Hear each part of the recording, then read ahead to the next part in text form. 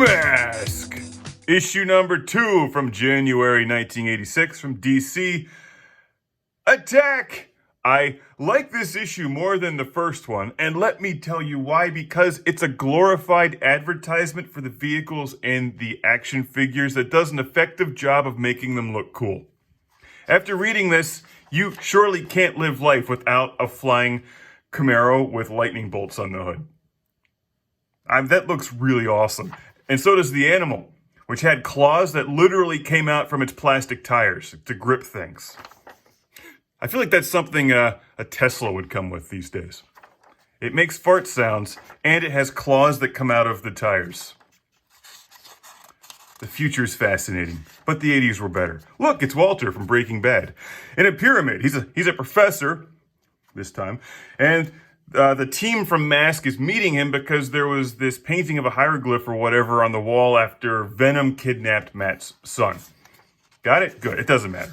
Let's move on here because the Mask team is going to encounter the bad guys, but pay attention to this. We're going to learn what each of their masks, it's the title, what each of their masks does. So Matt Trakker's got the red one here that shoots lasers.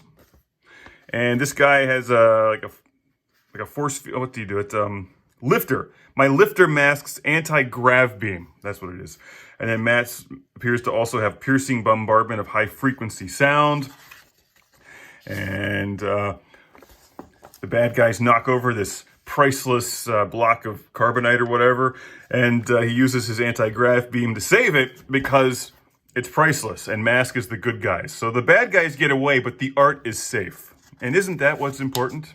After turning the page, we get an ad for an Elvira t-shirt. But this is my favorite part, actually. Because when you read this page now, it's like, oh, look, they're looking at a laptop. But upon closer inspection, it's actually a super futuristic computer screen inside a briefcase.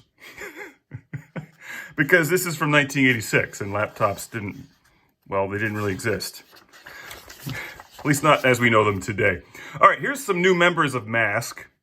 So you need to collect all of these action figures and their vehicles. I do like that one a lot because it looks like a custom van with monster truck tires, and who doesn't want that? So some more advertisements here where what good are the vehicles if they can't get into a giant fight, right? I mean, G.I. Joe would be boring if all they did was sit around and negotiate. That's why they're always shooting at each other. And Mask does the same thing. So here's that one that's called the Volcano, I believe. And remember, the Mask vehicles transform, but not into robots. They're not GoBots. They're not Transformers. They're Mask vehicles. They transform from one vehicle into a more badass vehicle. So this one goes from a car to a six-wheeled car with machine guns. Pretty awesome, actually. This one, the super monster truck thing. This sports car turns into a flying jet. And, of course, they battle the enemy. And it's a fun read. It's goofy. But, you know, you get the feel for the toys after reading this one, and I enjoyed it. So there you go, issue 2 of Mask, a TV show I was not familiar with. And even though a bunch of you sent me pictures over at 80s Comics on Twitter of your Mask vehicles, like, I never got into any of those. I don't remember the TV show. I remember it existed, but that's... And I think the reason is that that back in the day, in the 80s, before you could just binge watch everything on Netflix and YouTube, you had to, like, watch things on TV channels that could only show one thing at a time. So the biggest conflict in my life back then was the fact that Robotech and Galaxy Rangers were on at the exact same time on different channels. So, like, I had to choose each week.